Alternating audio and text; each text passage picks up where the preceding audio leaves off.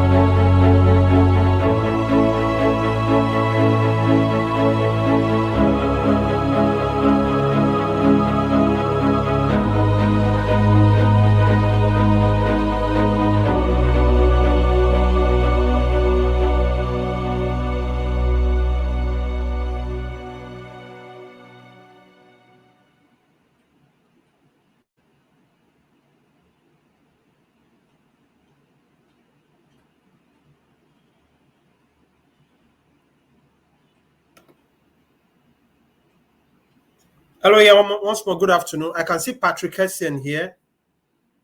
Please, if you're on stage, you just say hello and come over to the stage. Now, before we start, I start inviting people. I would like to use this opportunity to actually. Hello, yeah. Mr. Kinyode, how are you doing? It's been actually a tough week.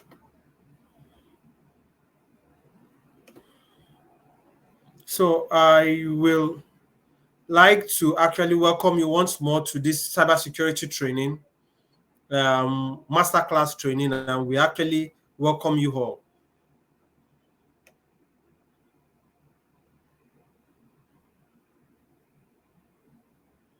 So if you can hear me, just say hi. Please, if you can hear me, just say hi. If you can hear me, just say hi.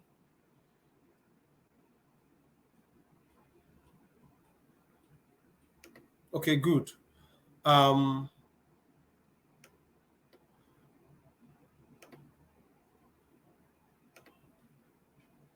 lot of people are trying to connect, but they can't connect. I wonder what's happening.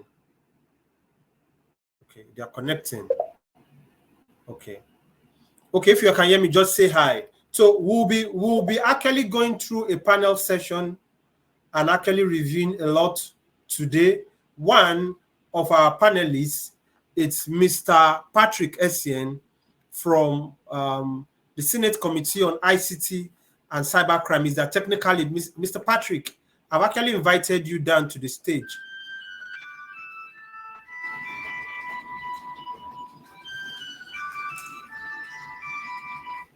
I've actually invited you down to the stage. Can you just say hi? Hello. Okay, 1 minute.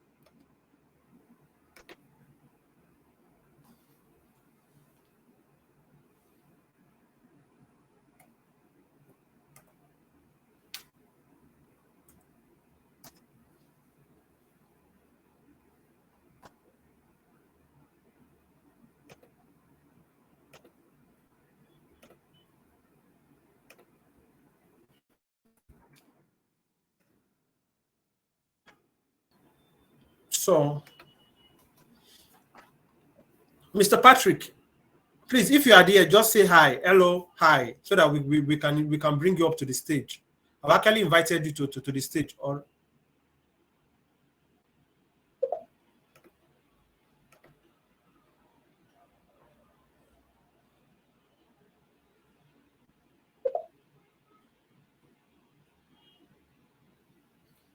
so every other people, you are welcome once more. You are welcome. Now we actually have some series of questions we'll be taking. So before the panelists start coming on stage, I want to actually help you to start answering them. Why cybersecurity? What makes cybersecurity different? What is that thing about cybersecurity that makes it a hot cake? How is it different? Those are what will be extreme. Those are what will be extreme.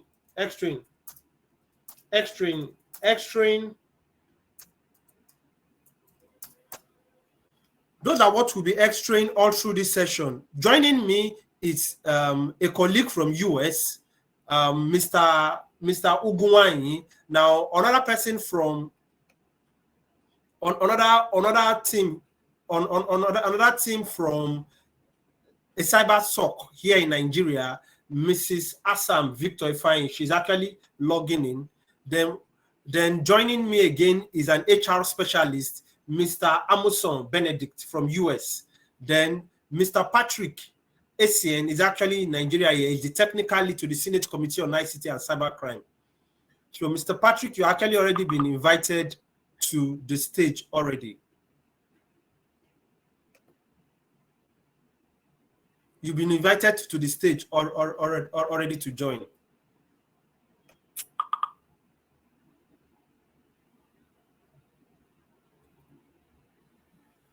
Okay, while we are waiting, I will actually just take you through a presentation of what Think Cyber is. Mr. Ron Buskela, and finally, I forgot to mention, Mr. Ron Buskela from Israel is actually here, is joining us is actually the lead.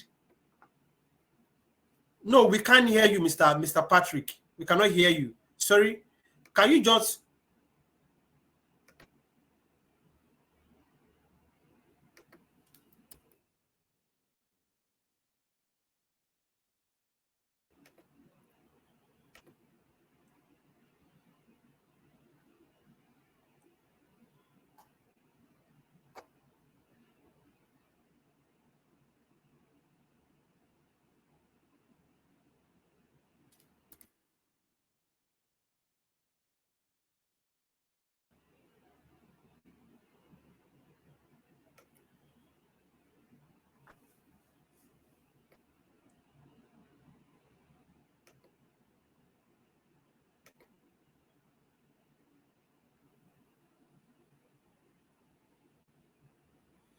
Okay, I've already invited you over, but it's showing pending invitation here so that you can come to the stage. Now, we'll actually run through a lot of things. I will just share with you a thriller here. Basically, what we do here is actually we teach people. We've built a platform, as you can see, that actually builds the best 1% of cybersecurity experts in the world. And we are not hyping it.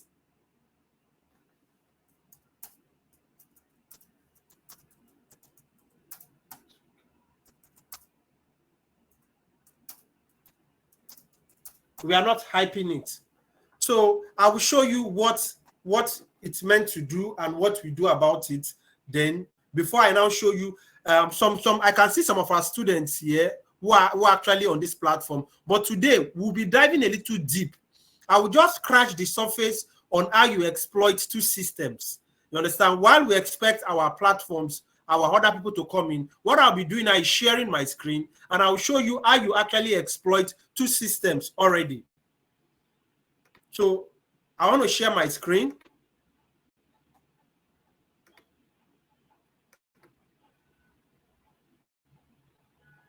So if you can see my screen clearly now.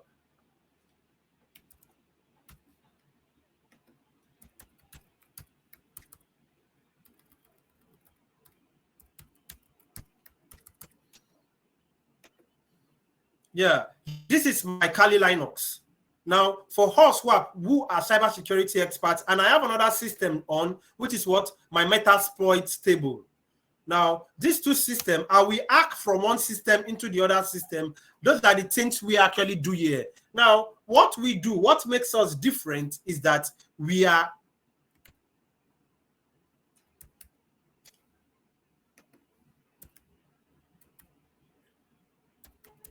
so this is my Metasploit table. So I can leave here, then come back to my Kali Linux. So what actually the beauty about this virtual machine is a VMware.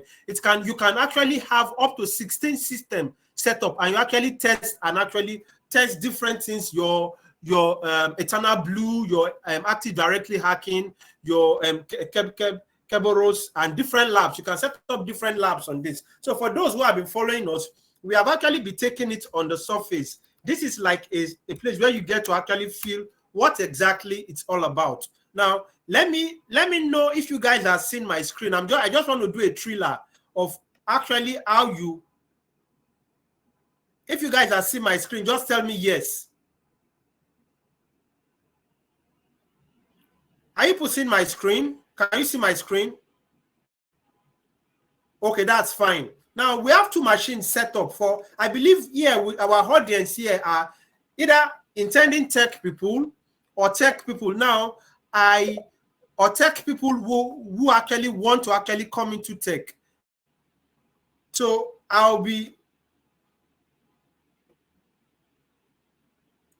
the tech people who actually want to come into tech.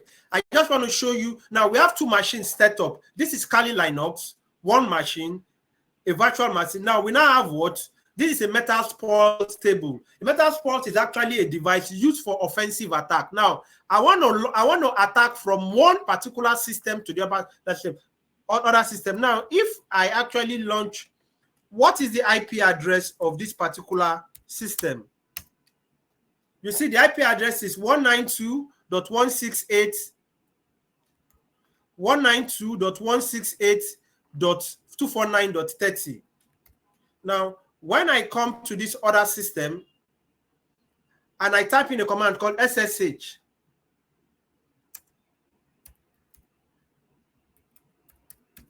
SSH is a command used to actually log in or hacking into another system. Now, before I do that, I will say, who am I? So that you know, this is what we are root. If you ls, it shows you that this is actually on Kali Linux. Now, I want to actually hack into that system that you're seeing. I have the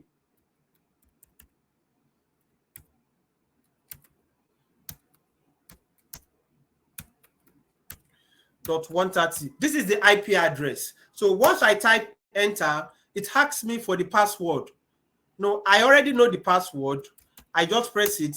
I'm live on that system.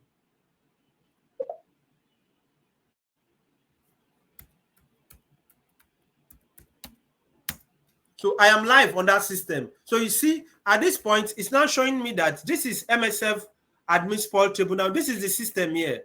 Now, we're going to look deep. What is this command and what does it do? On a good day, if you use this command on different systems, this is basics. This is scratching the surface. Basically, what we do in cybersecurity is preventing what? Access into what? A restricted area. Access, data security, trust security, and all of those stuff. We will be reviewing some questions and we'll be asking ourselves, why cybersecurity? Why is it so? Why is it an hot cake? Why is it in hot demand?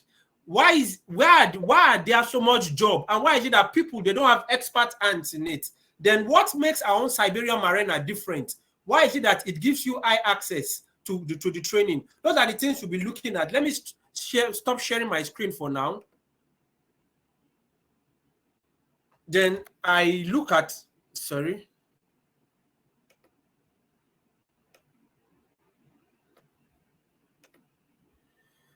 Mr. Patrick, we are yet to actually.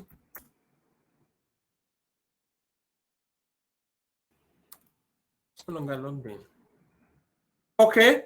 While we are waiting for them, I think I should actually do a brief presentation of what we are, what we do, and what makes us different.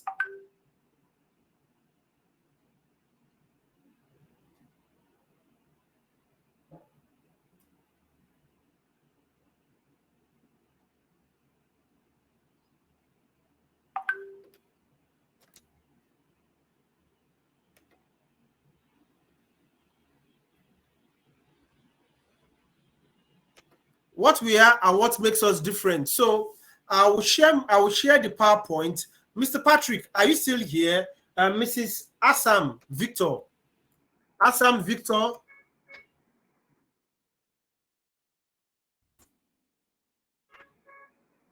Mr. Amuson, are you here?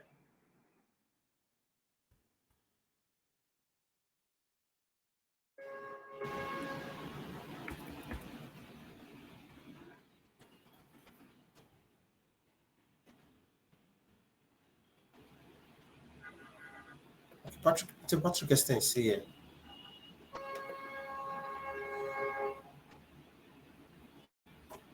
Sorry, 1 minute. I think I know what to do.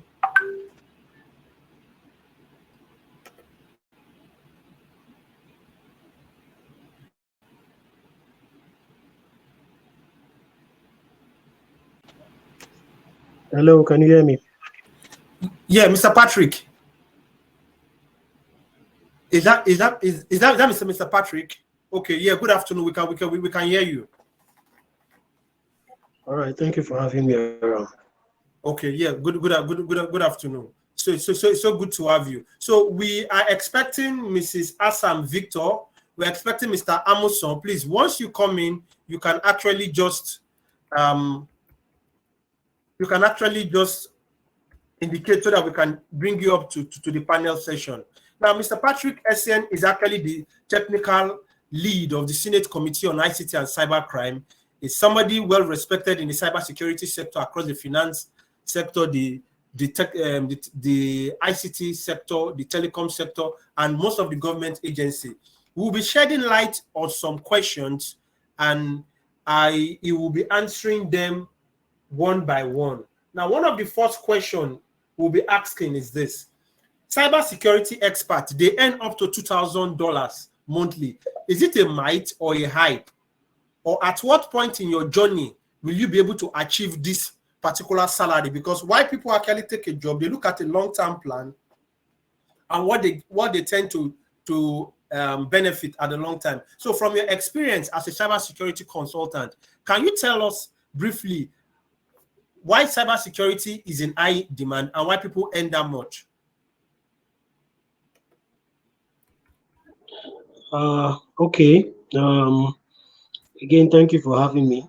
And with regards to your question, firstly, cybersecurity is in very high demand. Well, maybe because of the expanding nature of technology. Looking at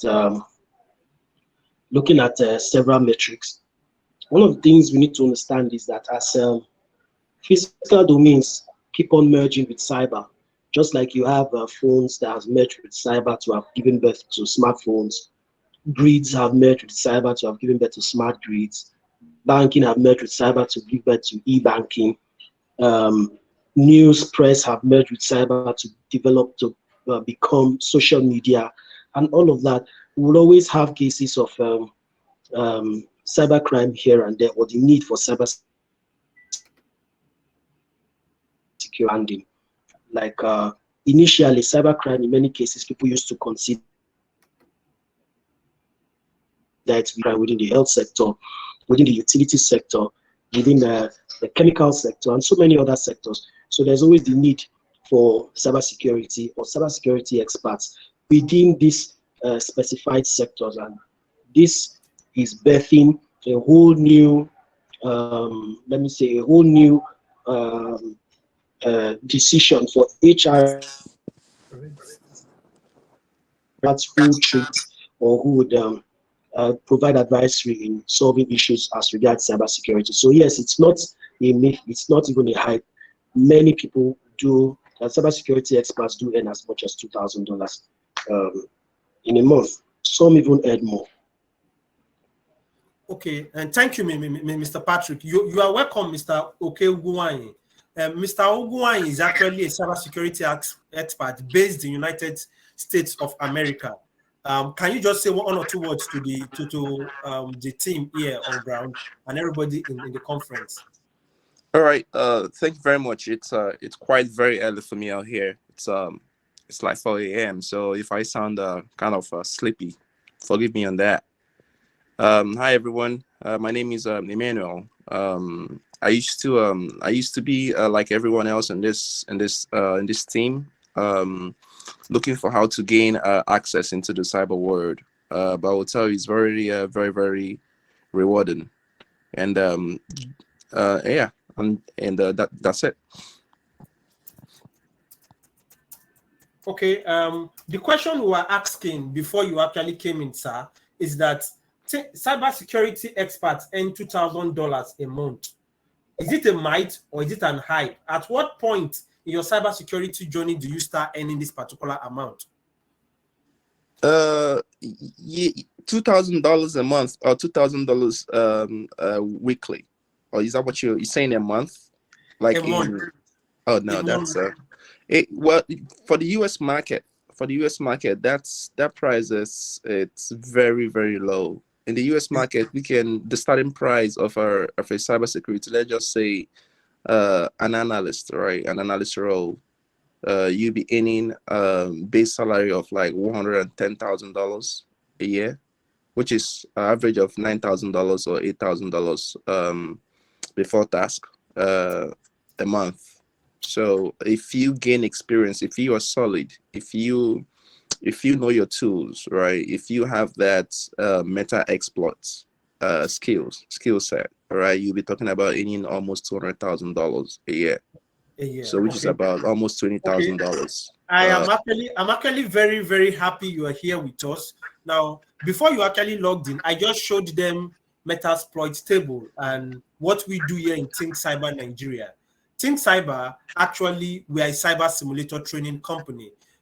Just in the next 10 minutes, we'll take a break. I will show the team what we do and how we use cyber simulator training to fast track your journey into the cyber world, using cyber simulator, gathering real-time cyber attack experience using our tool called Specto to actually teach students on the current threat landscape currently existing across the globe, not only in Nigeria, because Specto captures cyber attack in real time and teaches you what were used to do the hack and what was the attacker's intent.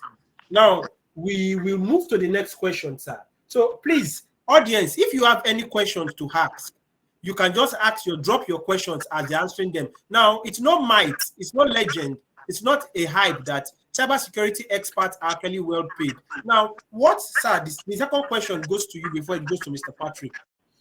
What is the demand currently for cybersecurity experts? Is there a talent gap, or is there a talent gap and pipeline both in US and the globe, the world, the larger world in general? Well, I'll be talking solidly on the US market. The reason behind that is that I'm here and I see what's going on here. US has been the major target of cyber attack from the bad actors, like I don't want to call names of countries, but we usually see in the news the gas line pipeline hack and some other hacks that happens on daily. All right. The gap for cyber talent in the US, or the job vacancies in the US for cyber roles, is in millions that they don't have skill set to fill. All right. They don't have people who fill this role. An individual who has been applying for this role does not really have what it takes to take on good roles of cybersecurity, right? Unfortunately, the US have a very strict policy that restricts US company from hiring from outside the US in order to fill this role, right? So you're talking about millions and millions of jobs that US government and US companies can find staff to fill. Okay, but we know about remote cybersecurity jobs. Because we looked at Zip Recruiter having 37,000 remote jobs. Those remote jobs, are they remote only? Okay, are they remote? Are they remote only to cyber US, or they are remote to everybody?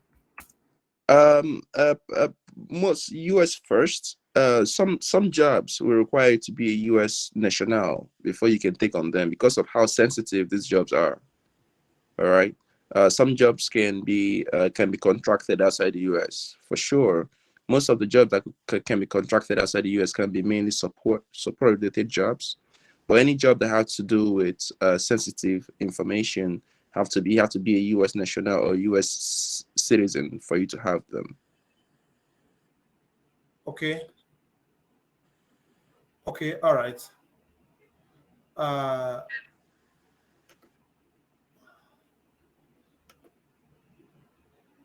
Okay, that's fine. Let's move to the next question. Okay. What does a day in the life of a cybersecurity engineer looks like? Mr. Patrick, please, can you take on that question first? A day in the life of a cybersecurity engineer and a professional, what and what does he do, and what and what?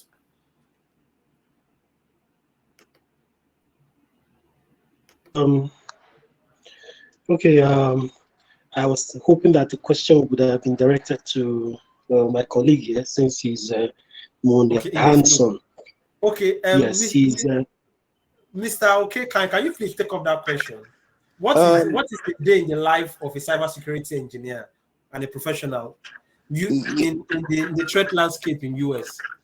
Yeah, so we gotta break it down. All right. So you said engineer, you said professional, right? I'm gonna break it down in 3 categories. I'm gonna break it down starting with analyst role, which basically most times is just the entry level. And an engineer is the guy that builds the tool for an analyst to use. Probably a professional is the one that probably make the decisions for both engineers and analysts, right? On the day-to-day for an analyst, basically would be to review logs.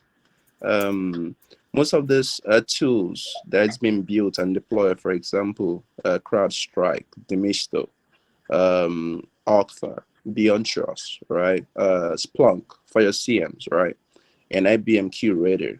So what this CM does is a CM is your central data point for your log and alerts, right? You wanna have a real-time hands-on on those alerts, right? So you want your analyst to keep on reviewing these logs as they come in, because it's only in the logs that you can really understand what's going on in your environment. A typical engineer would be the guy building the Splunk and configuring the Splunk for an analyst. So an analyst might have like a morning shift, and another analyst would take over evening shift or afternoon shift, right? But what we're seeing recently is that the US company are contracting this job 24/7 monitoring abroad. Abroad means that they are hiring companies that could support this facilities 24/7. So it means that outside the US, you will see more people working like extra hours. But in the US, it's basically reviewing the logs for an analyst. An engineer will be just basically configuring. A professional will be just like making the decisions in terms of what to acquire and what direction to go. Okay, all right, that's fine. So, guys, I just want to quickly react to the question I'm hearing. Is there a ceiling on how far one can go to building a career in cybersecurity without a cybersecurity degree? No, I will answer that question. My question is around the roadmap towards transitioning between cybersecurity role from a non-tech background. Those questions will be answered later. So let's move to the next question here. Mr. Patrick, do you want to add anything to that? What Mr. Ogugunwa said? Okay, so I'll just add a bit with respect to my job role and with respect to the space to which I play within cybersecurity. So I play within the government cycle. And so what we try to do at the government cycle is to try to build awareness and encourage people to deep dive into cybersecurity. Now, we also try to look at what infrastructure is considered as critical national infrastructure from the government angle, so starting from the federal government to the state government down to local, and then see how the government from its own perspective can assist young people to go into cybersecurity, considering the fact that the world is going digital. So with respect to your questions, there are a couple of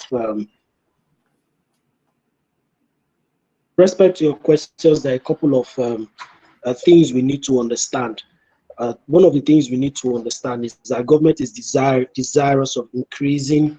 Government is desirous of increasing young people's role in cybersecurity in Nigeria. So my emphasis will also be in Nigeria and not just any other place.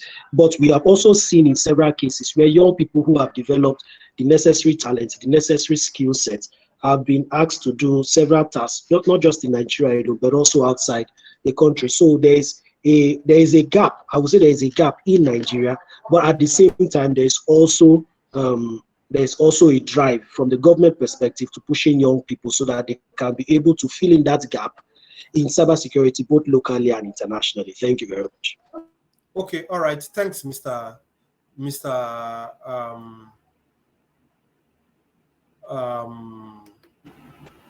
Patrick.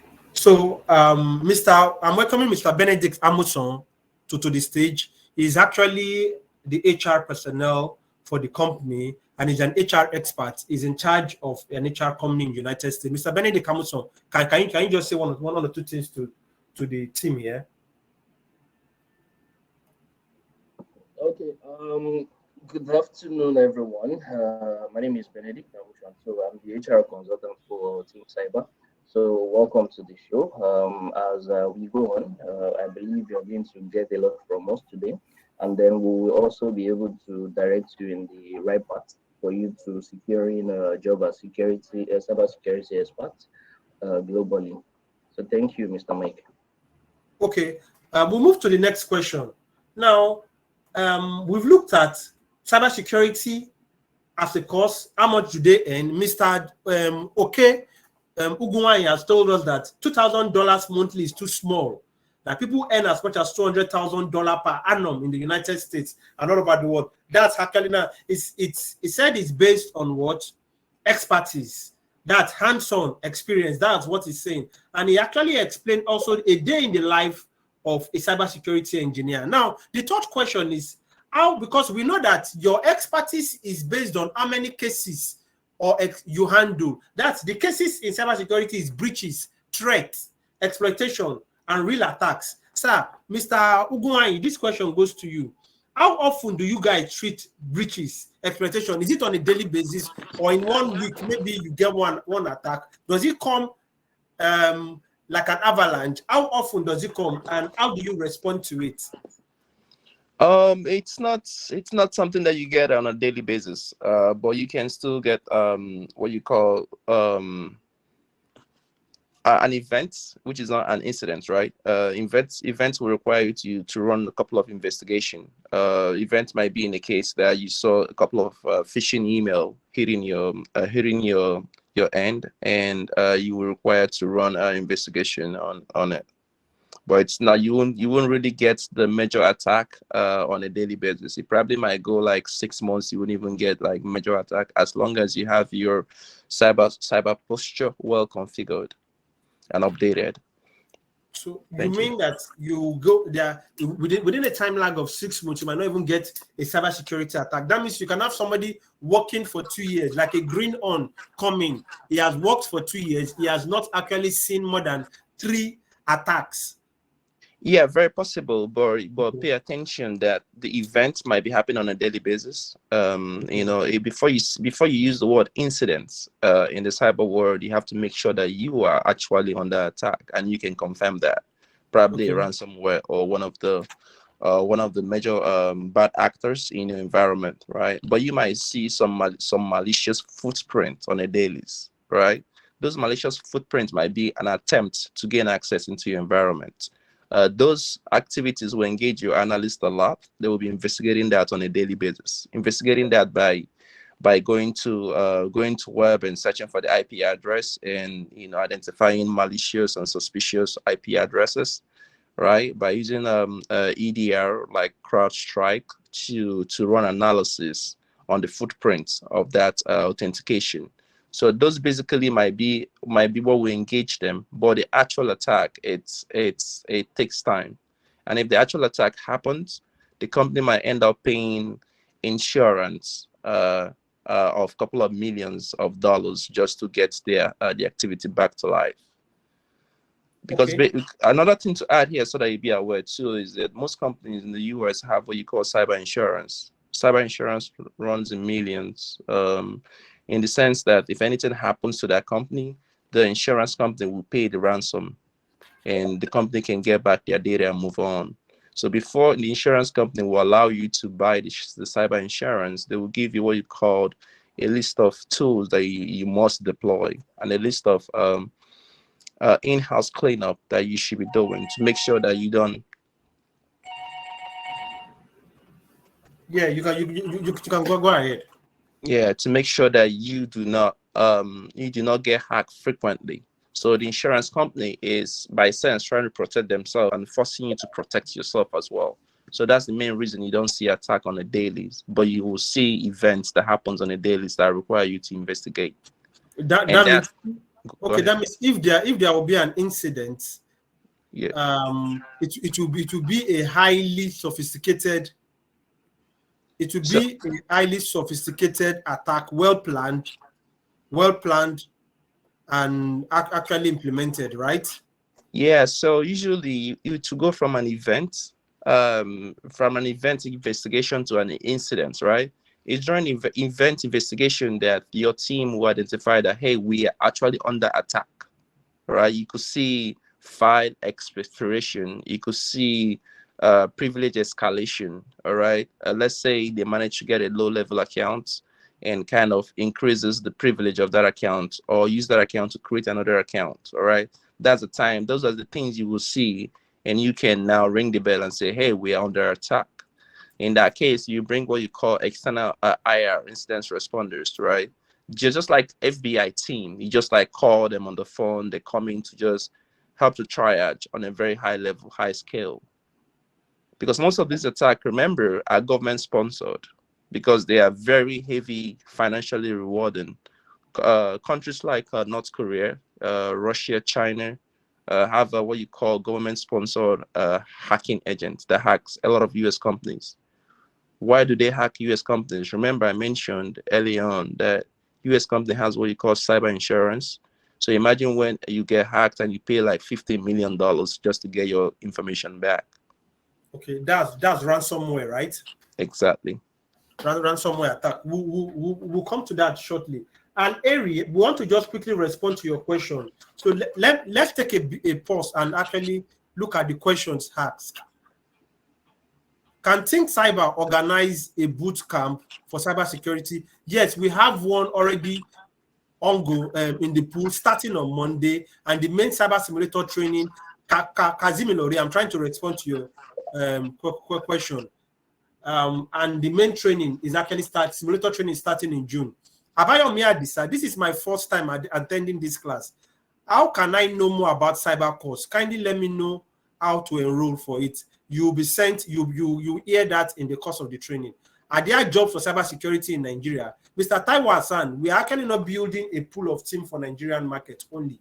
We're actually building a pool of team for the global job. That's why you have remote jobs around the world. Then we have Ugochukwu Ude. I can't, okay. We have Oluwatosin Adejobi. Thanks to the panelists. My question around you of transitioning to cybersecurity role from a non-tech background. We already have those who actually started our prerequisite training. They actually came in, that's Mr. Oluwatosin Aladeojebi, from non-tech background. They could not install even Kali Linux. So as at the time we were rounding up the prerequisite Kali Linux training, they were already writing batch scripts. They could actually write a ping sweeper. They could actually write. Now, why we train people to actually be able to build their own tool? Because when you get to your employer, the employer has a set of array of tools they use. But now we build you to be independent, not to actually be tool dependent. That's why we train you to actually learn how to develop your own tools. So, Solomon Honor, Solomon Honor. Is this class for new students? This is actually a conference where we are looking at cybersecurity, the journey map, what right path to start, where to start, and now you can fast track your career. Just stay glued and enjoy it. Now, Mr. Al-Eri, what to be part of this technology, please? So what you need to do is actually to enroll for a training, but we'll come to the technology presentation, but we are still actually in a panel session with the panelists. So thanks all. We are moving to the next question. So I will start from Mr. Patrick Kissen. Thinking retrospectively, if you advise income about startup journey path, will you advise them to take advantage of a world-class cyber range training to fast-track their journey? How would you advise people to come into cybersecurity if they want to come in? Mr. Patrick Essien. Sorry, can you go over the question again? Okay, if you thinking retrospectively, that's thinking backwards, if you advise new entry people into cybersecurity, how would you advise them to start? Is it through a cyber range training? Should they take certification? What kind of training will they get that will give them that robust resume that every employer out there is willing to jump on and bring you in immediately? Taking into cognizance that employers now are looking specifically at skill matching. Okay, we need somebody who can do this, who can do that, who can do this. This guy can do it. He has done this. He has this. What will you advise guys coming in to do? Mr. Patrick. Okay, so I would root for a cyber range training, as it's more technical, hands-on, and it will give them a lot of exposure into real-time attacks, the type of attacks, whether it is states, non-states, or at enterprise level. It gives them a deep insight as to how these attacks are done, vulnerabilities, how they're being checked, and all of that. But pragmatically, like I would always advise people, cybersecurity is a wide range of a professional program. So there are several elements, several parts of cybersecurity that they can go into.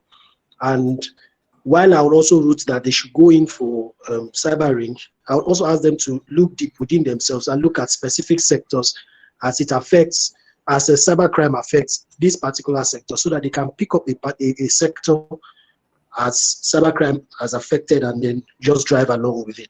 So for example, the cybersecurity expert who plays within the power sector might really not be the same, might really not have the same experience or have the same training as that who is playing within the health sector. But nonetheless, the variance isn't much. There is a baseline knowledge that they should have, which cyber range provides for them. There's also the area of regulatory frameworks, law, and all of that they can also equip themselves with alongside their requisite knowledge in cyber range. Thank you. Okay, Mr. Uguain, can you please respond to that question? Yeah, I think there's something you said now that kind of made a lot of sense. You said that you want to train them not to be too dependent. I think that's all, right? That's one thing to avoid if you want to excel in the cyber world, right? You want to come in ready. Coming ready means that you want to come in understanding how to use Linux, how to develop or create a batch file, or how to even write your own, create your own tools, right? That is the baseline foundation. All right. Although if the individual doesn't have the finance, because sometimes the finance could be the issue, they could start out with the cyber with your training, and I think your training will be a good point for them to start with. But yes, it's required for them to have a solid technical understanding. Okay, just to introduce Mrs. Assam Victor Ifeanyi, can you say something if you can hear me? Hi, can you hear me? Good afternoon. Okay, good afternoon. We can just say something to the team. Yeah, just greet them. Introduce yourself. Everyone. Yeah, hi everyone. Good afternoon. So sorry I'm joining late. I was actually ready at 12. For some reason, I just couldn't connect. And I discovered it was a network issue. I had to change network providers. That's why I can come in now. Thank you so much for this opportunity to share my story, and I'm looking forward to what I'm going to gain from this session. Thank you. Okay, Mrs. Assam, Victor, you shoot straight. The question we're actually discussing now is thinking retrospectively, because we know you work for an NSS, managed security service. We don't want to mention the name. That means you people have a lot of jobs, contract you handle. You are in the core operation of cybersecurity. How would you advise people to come into cybersecurity? Now, because here in Think Cyber, we train you to actually be independent when you're coming in, develop your own tools. We are a cyber simulator training. We treat a lot of cases. We have tools that actually show you cybersecurity attack, how you have to go about it. How would you advise people? Would you advise them to take advantage of cyber range? Would you advise them to take advantage, come in and actually take off a certification? What is the fastest entry route where you come in ready to actually, so that you 100x your chances of getting a job? Oh, okay. Yeah. Very interesting question, especially because someone actually called me this morning. I was asking, funny enough, asking the exact same question.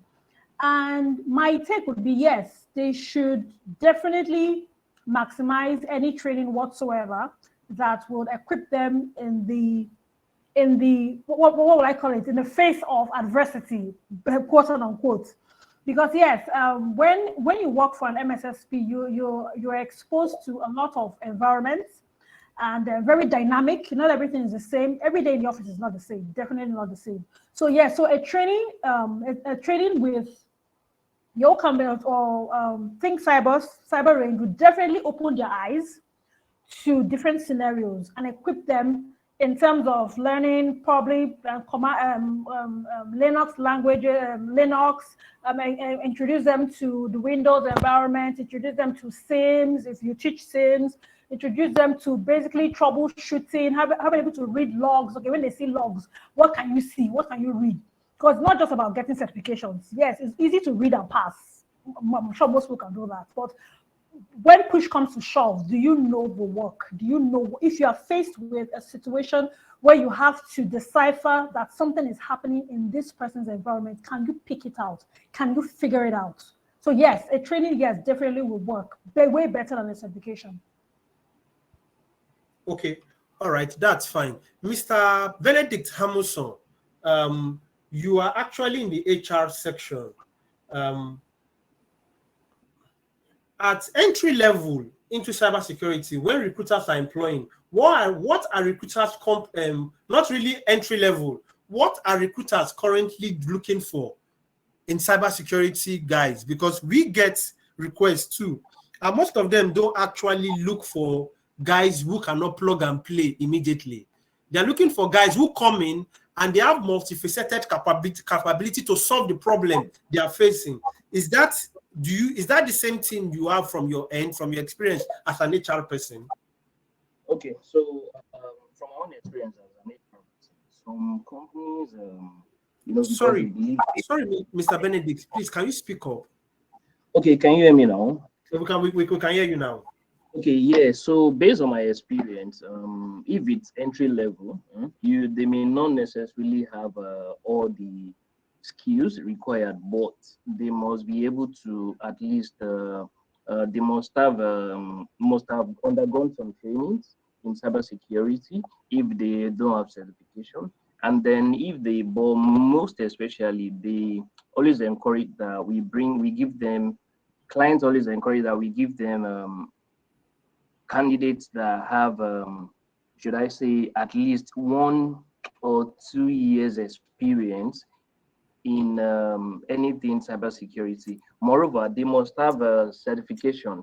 Maybe at least they must have a CEH, and then with that one, or anything in security. So, in a nutshell, the request for people that at least have minimal training, because some of them still train them. But for major companies, they don't have that time to train because they believe that you, as a cybersecurity expert, you must have at least undergone some kind of trainings. But what we also realize is that a lot of candidates, most especially entry ones, they don't really have that hands-on experience. So based on what Think Cyber is doing, which is the simulation part, which is you really have to see how the attack is being done and then how you can prevent the attack. So I think with that one, is also going to be a very big one. For it will make the job of recruiters easier for us to be able to present, should I say, vetted candidates to clients,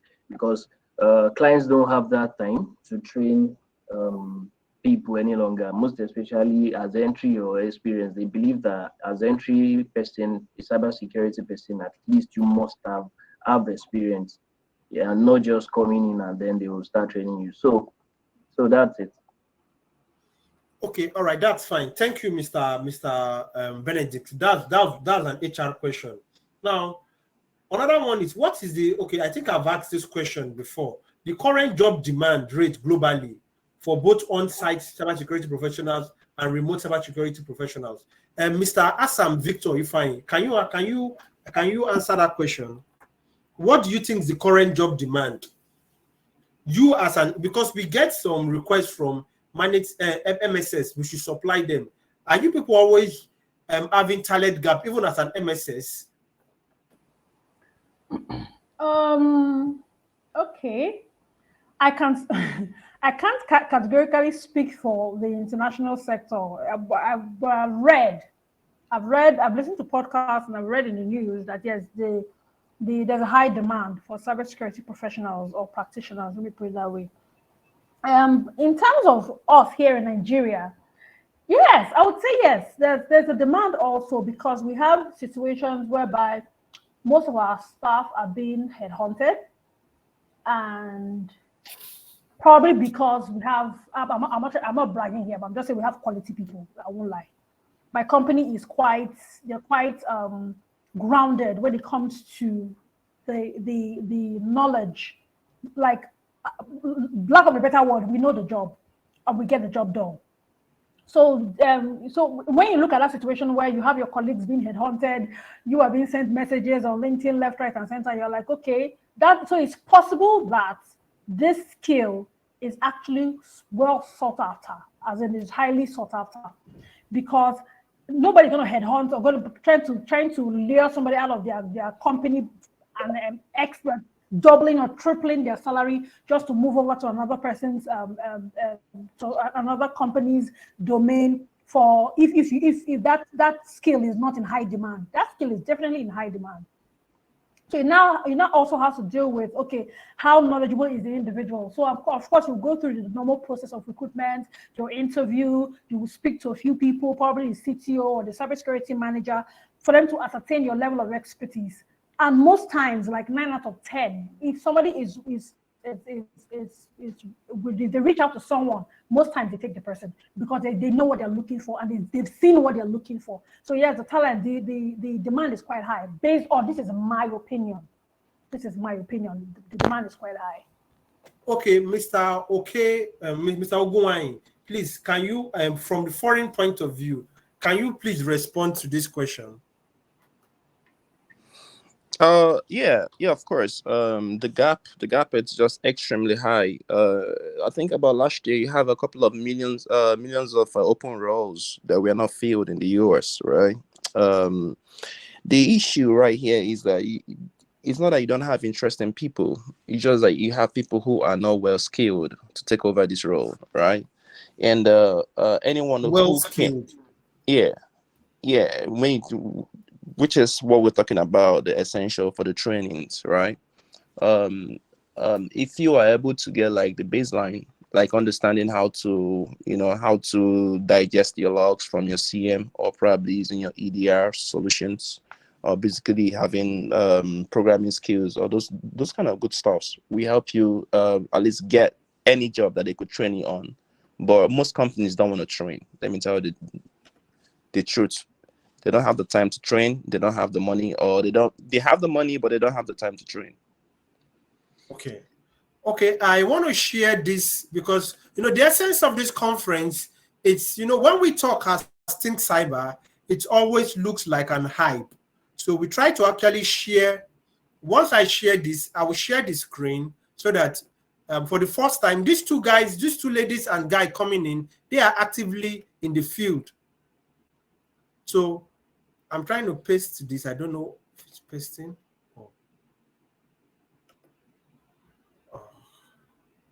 Sorry, 1 minute. I'm trying to paste. Hello, can you all hear me? Yes, we can hear you. Yes, I can hear you. Okay. I think let me share my screen.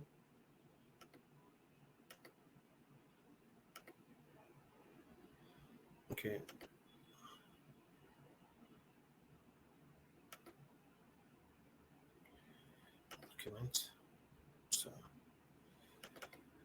So they are actually neutral. We just want you to hear from them. They are already in the sector at home, Nigeria. Then we have somebody from the US. Now this is what the old brochure looks like. You understand? So here in Think Cyber, we understand the fact that the demand is actually a senior cybersecurity analyst. So what the person is supposed to be able to do, these skills here should come handy. Now we take you from the scratch. So I'll be answering questions. I want to use this opportunity to answer the questions that have been asked. I'm just new, I'm just coming in. Why we take the pre-simulator class is to ensure that people already have Linux, they have Python, now not just Linux and Linux hacking. Python and Python hacking. You have the ability to develop codes that can do backdoor.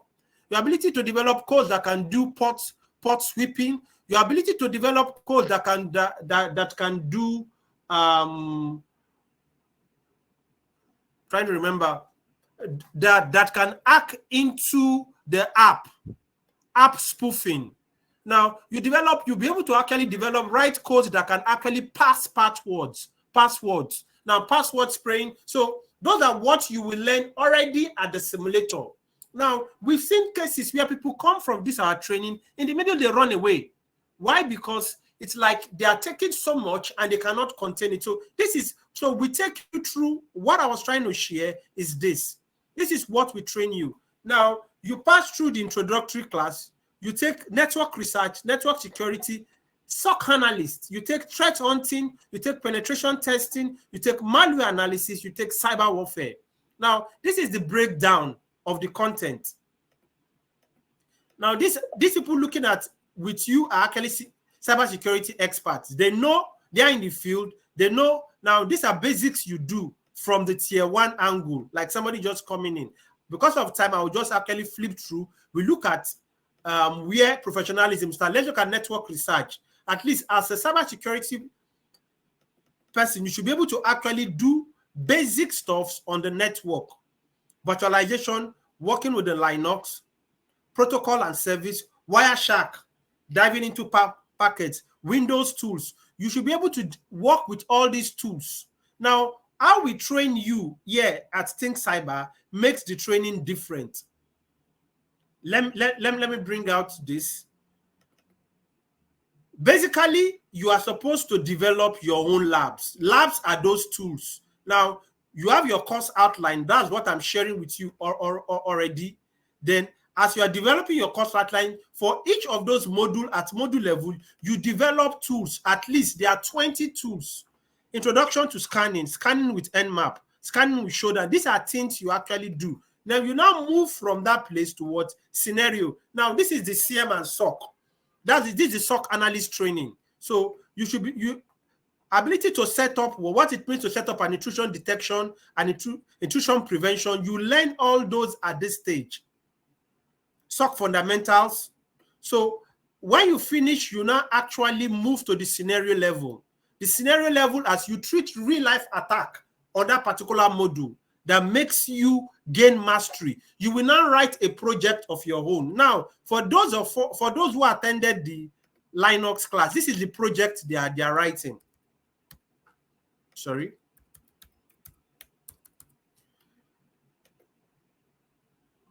I've actually hacked into another system here. Let me exit. I just want to show you their project. If I ls. Now, this is the project they're actually writing.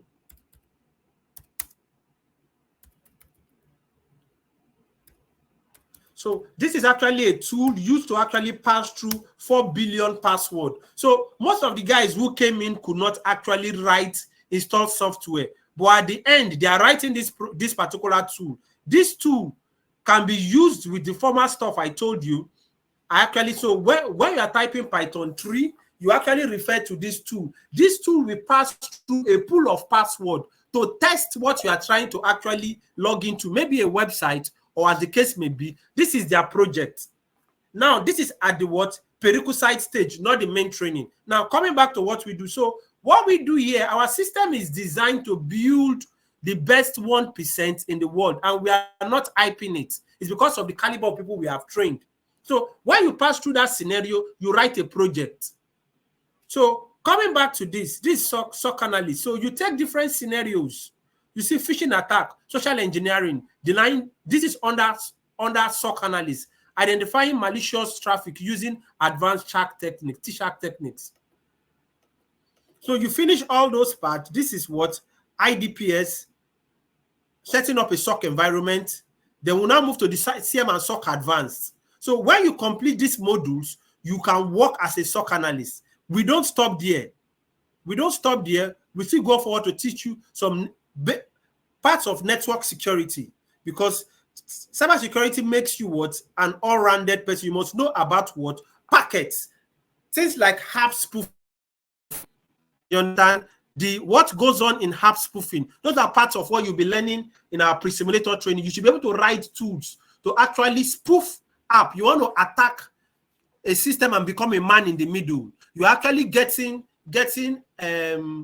ARP requests from the router, but you are sending on that. So you will see how all those tools are developed and how they are using custom-made tools. Now, when you leave this, you now go into penetration testing. Most people you see don't know how to do this. Now, at this stage, you are no longer an entry-level cybersecurity personnel. You are now a senior if you can do this. So we expose you, we pick you from at the boot camp. We train you to become experts. I'm actually showing this because the people you are talking to, you are seeing them talk. They are professionals working for different high-level, A-grade companies, local and international. So they know all these things. Gaining access through Wi-Fi, finding a way in. One of the ways you're actually doing post-exploitation and evidence gathering. You understand? You had Mr. Oguwan talk about Metasploit. Now, this is my own Metasploit table. I just hacked into it from the Linux angle. This is my Metasploit table. So if I say ifconfig, I will still hack into it again. So this is my Metasploit table. So here, our language, native language is what? Hacking. We teach you how to actually, what you need to know to be a comprehensive and a robust cybersecurity professional. Now, when you leave this, you come and take what?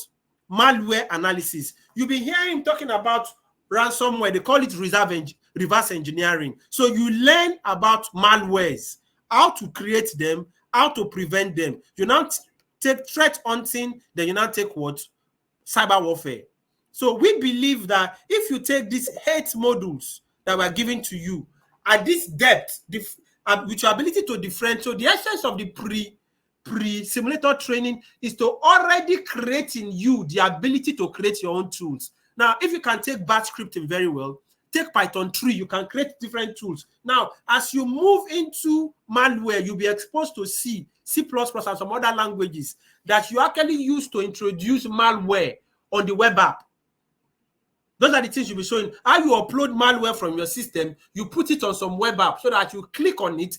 So you'll be exposed to that. So when you know how to do it, you will know how to prevent it. So we train you to actually be what you can do your own too. So it's native here with us. Now let's come back to the question, because people are saying the class is too theoretical. While you are looking, I'll actually repeat what I did. Let me exit this. Let me clear the screen. Now, as you can see, one of the beauties of a VM machine, you can set up about 16 VM machines. Now, what we do, what the whole history of cybersecurity is, ability to prevent a network, a system, protect data, so that intrusion should not. Now, I want to actually log into this system. You do things like SSH, MFS admin. So if I say, who am I here? I'm root here. If I clear, now this is the other system. So I want to hack into it. These are somebody was asking. So if I say, who am I here? Sorry, who am I? So this is the Metasploit table. I want to hack into it from here. So if you say SSH, MSF admin at the IP address for that system is 192.168.249.130. It will ask for the password. I know the password. We'll take this basic. You see, I'm already on it. Now, if I exit it, if ordinarily, if you want to actually do a clear, you type something like Python 3,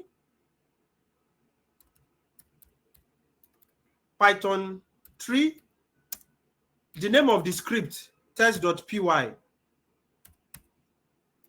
I'm not sure sharing the script here. It will ask you the IP address of the system you want to attack. Now, inside the code, inside the code, you would have attached a script of password. It will test the password and tell you that the password is actually correct. You can actually hack into it. So basically, those are what you'll be learning. This is just a thriller. Those are what you'll be learning when you come into Think Cyber Security Talent Pipeline Up training. Let me take a pause here.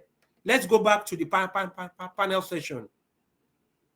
Hello all, please. The next question here is, what and what do you need to actually build a robust profession as an international person? Like you are coming in, the track, what and what do you need to add to yourself? And Mrs. Assam is no longer here. Mr. Uguanyi, please, can you actually elucidate on that? Yeah, can you ask the question one more time, please, if you don't mind? Okay. Now, if you taking into cognizance what the employers are demanding, what and what will you advise? A little bit of SOC analyst, no penetration testing, no threat hunting. Have a little bit of this. This will make you more marketable. That's actually what I want you to actually shed more light on.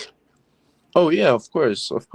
SOC experience is very crucial if you're gonna be an analyst. Understanding the logs, penetration testing is great if you wanna, work on the vulnerability area. Being able to build scripts. It's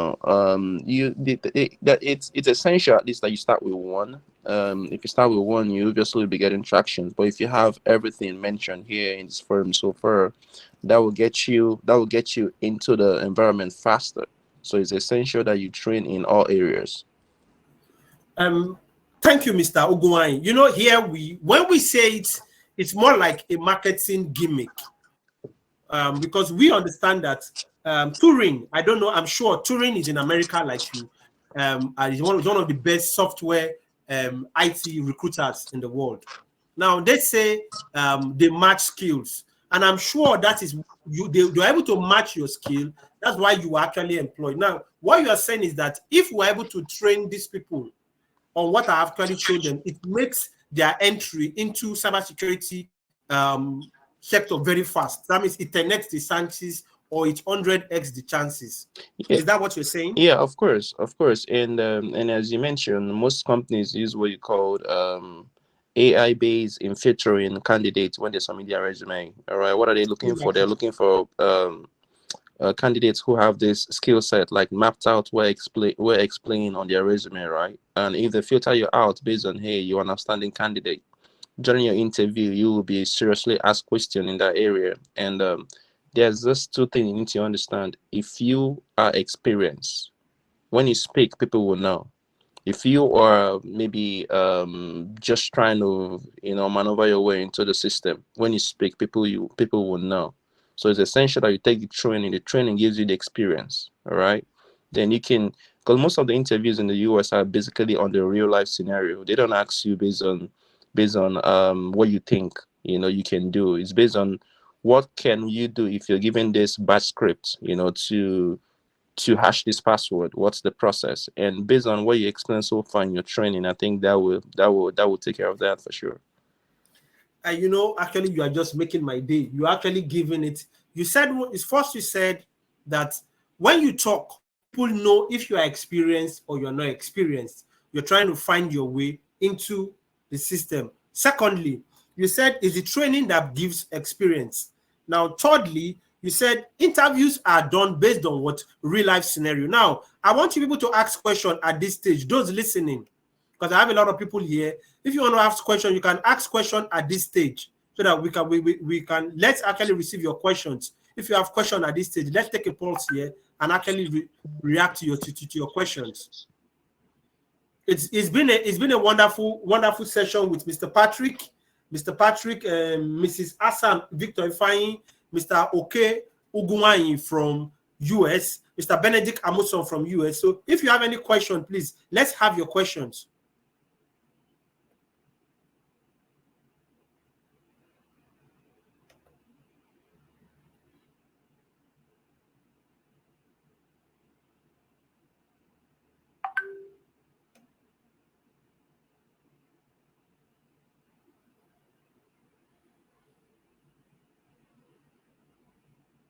Okay, somebody's asking a question. Mr. Taiwo said, okay, somebody has reacted to that.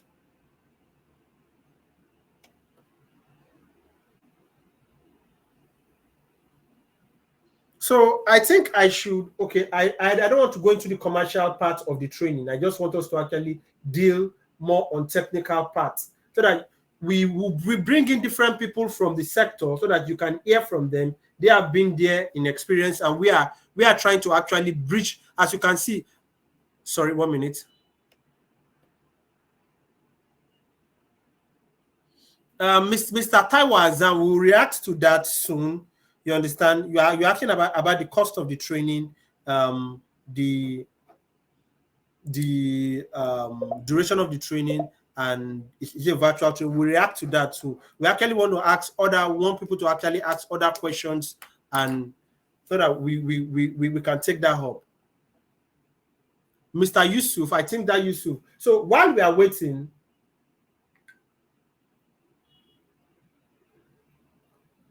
okay, yes, we'll be rounding up in the next 10 minutes. So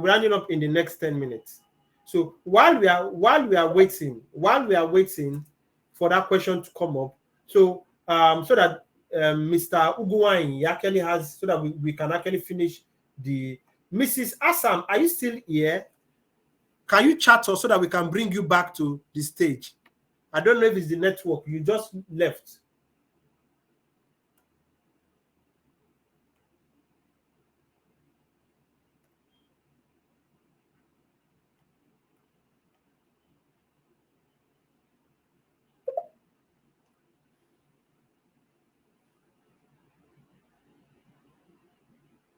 Okay, so there is a question for you, Mr. Mike. So someone is asking if the class is for new students.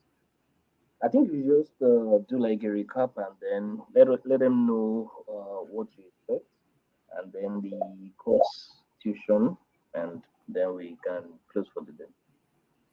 Okay, I think I will take the, because I don't want to be the one asking question and answering it, but so far so good.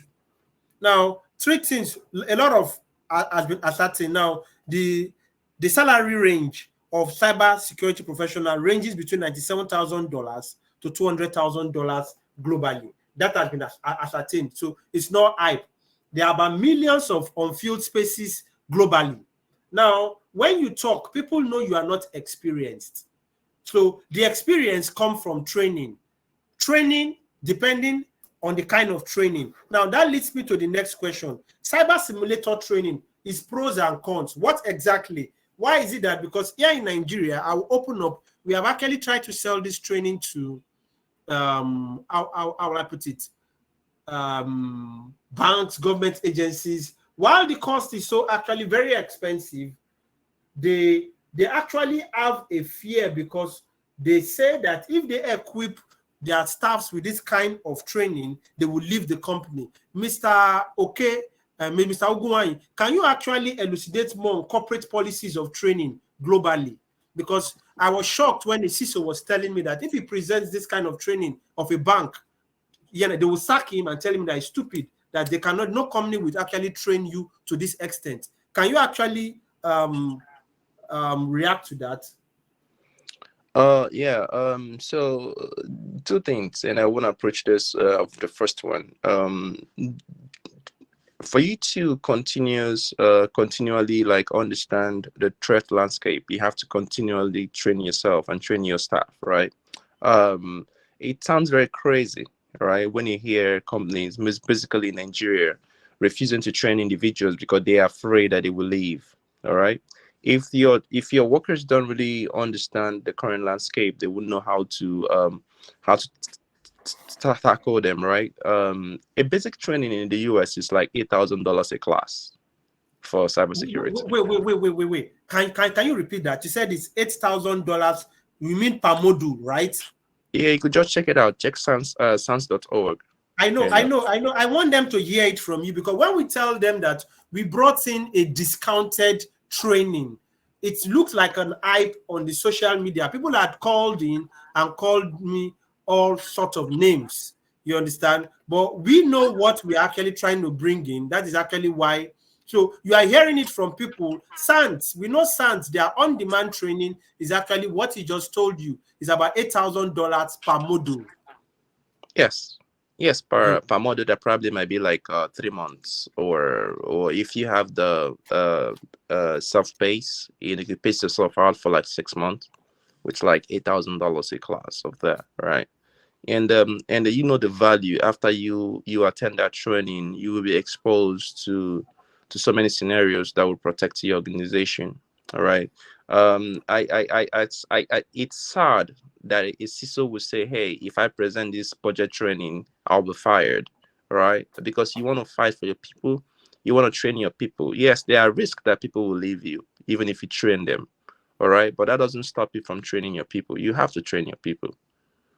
All right. You have to budget the training for your people. And training is expensive. Training is not cheap. Sorry, okay, that's fine. So I think he has reacted to that.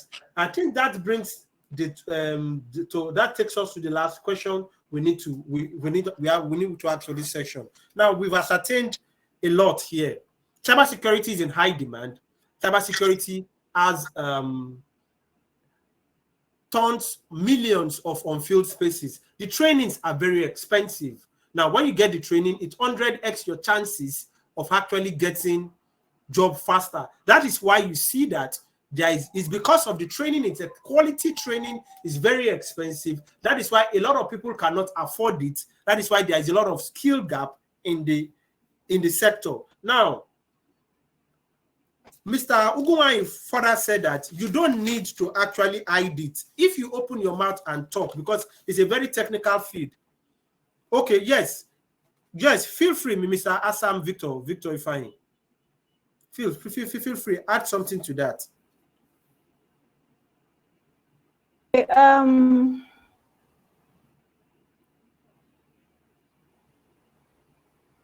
Hello, can you hear me? Yeah, we can hear you. Yeah, my network is really horrible, so it just keeps throwing me off. Now, I want to add something to that. The last question about where people, I'm going to paraphrase, companies train their staff. I understand that, but I think it will help a lot of people change their mindset. You cannot wait for your company. You can't wait for your company to train you. You can't, because the knowledge is going to be yours. Even if they're going to train, you're going to pay for the training. Are you going to stay with them for the next 100 years? No, you will not. Who has the knowledge? You have the knowledge. So I expect you to go out of your way and find trainings like this form that's been things in the forms. Find a way. I don't know, come up XYZ amount. Can I have a discount or can I have a payment plan? Because for you to get something, you have to go out and get it. You can't wait for your company to train you. For me, that's me. I just feel it's like an entitlement mindset where you're just waiting for your company to come train you. If they don't want to train you, that's their loss. You get training for yourself. Empower yourself. Get the knowledge. It stays in your head.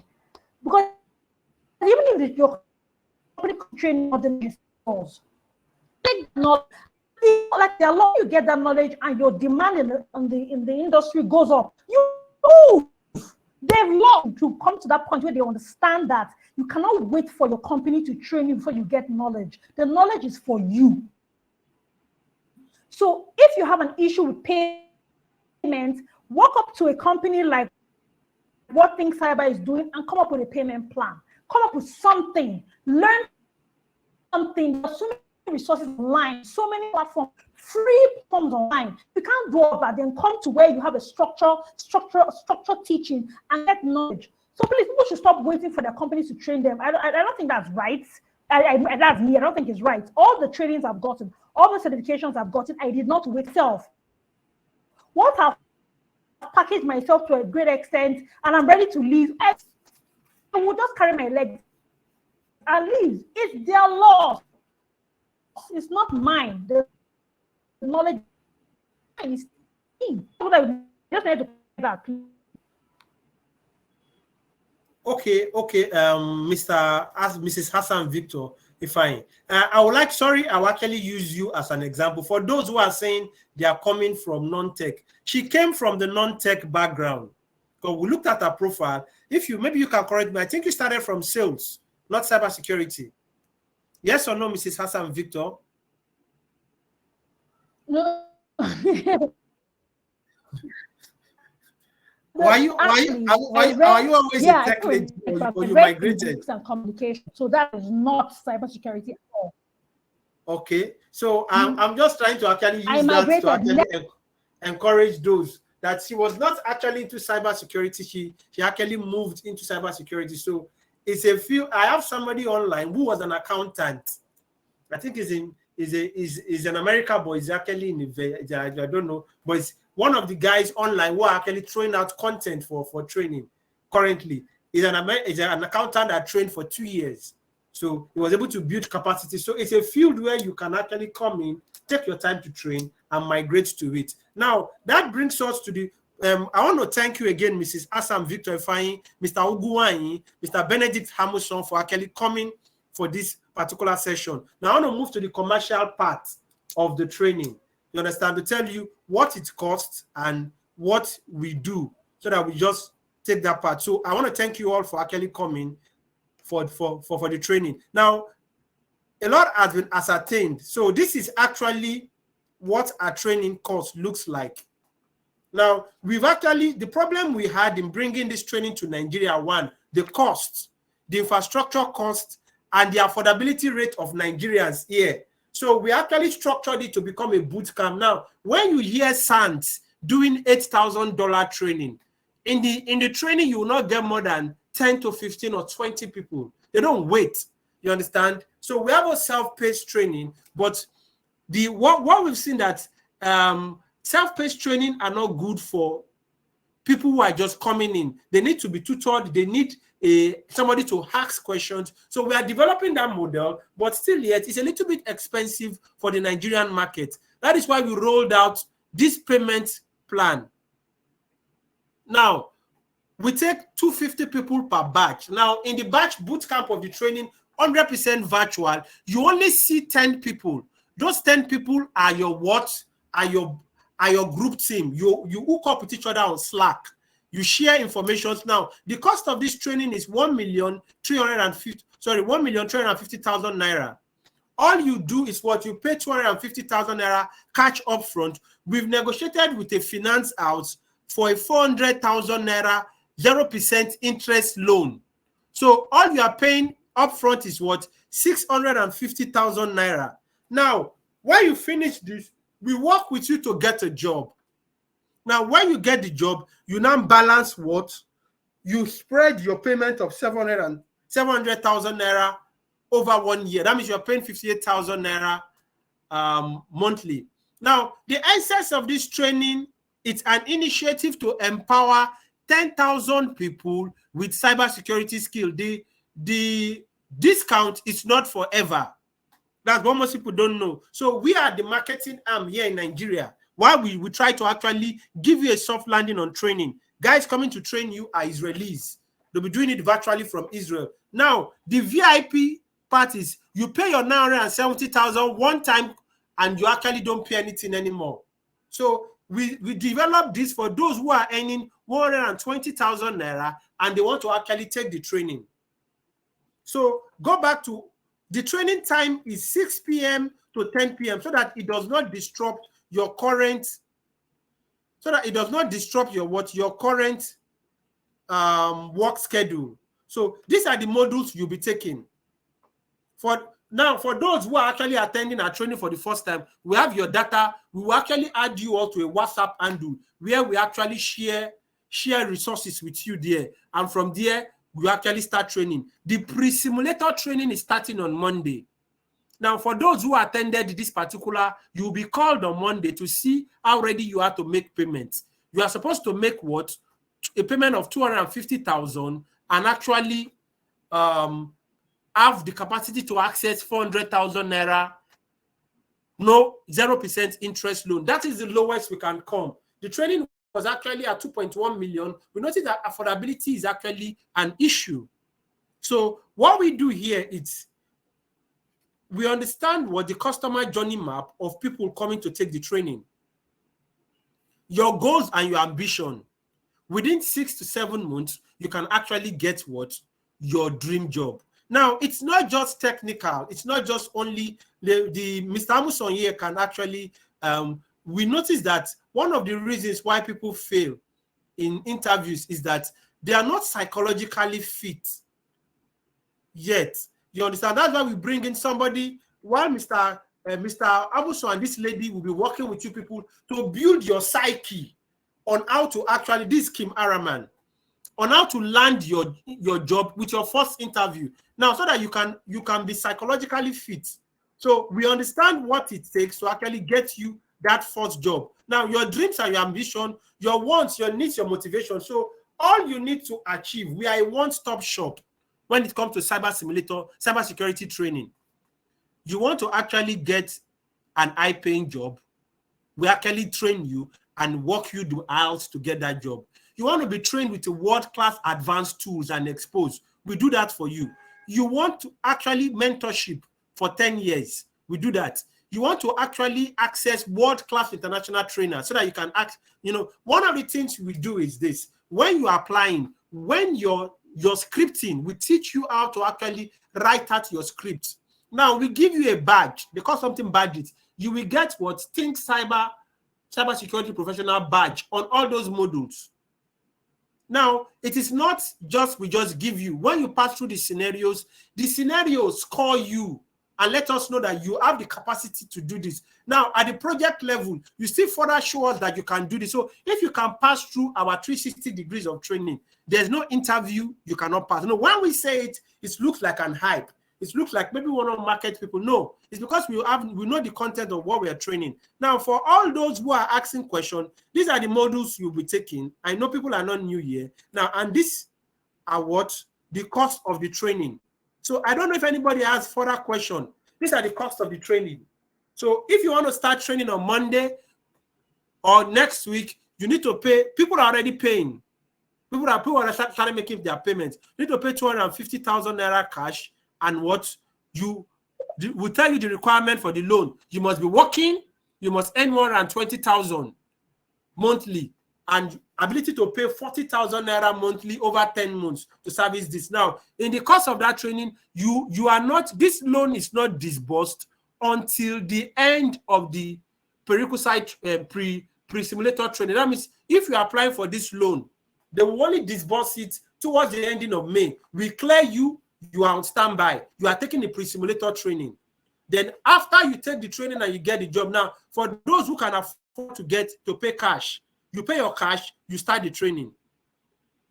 So if you have questions, let me respond to your questions.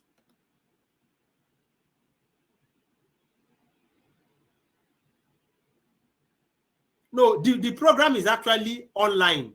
You don't need to actually be in Lagos to take it. So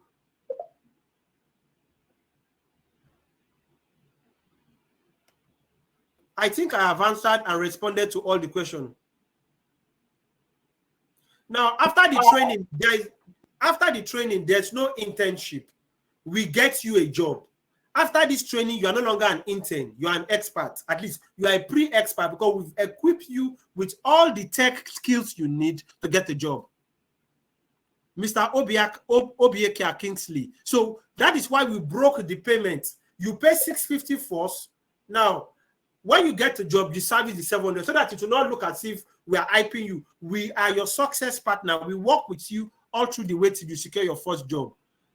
Let me answer the next question.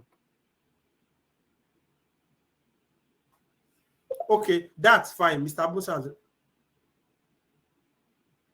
Those who want, I've actually shown you the instrumental payment.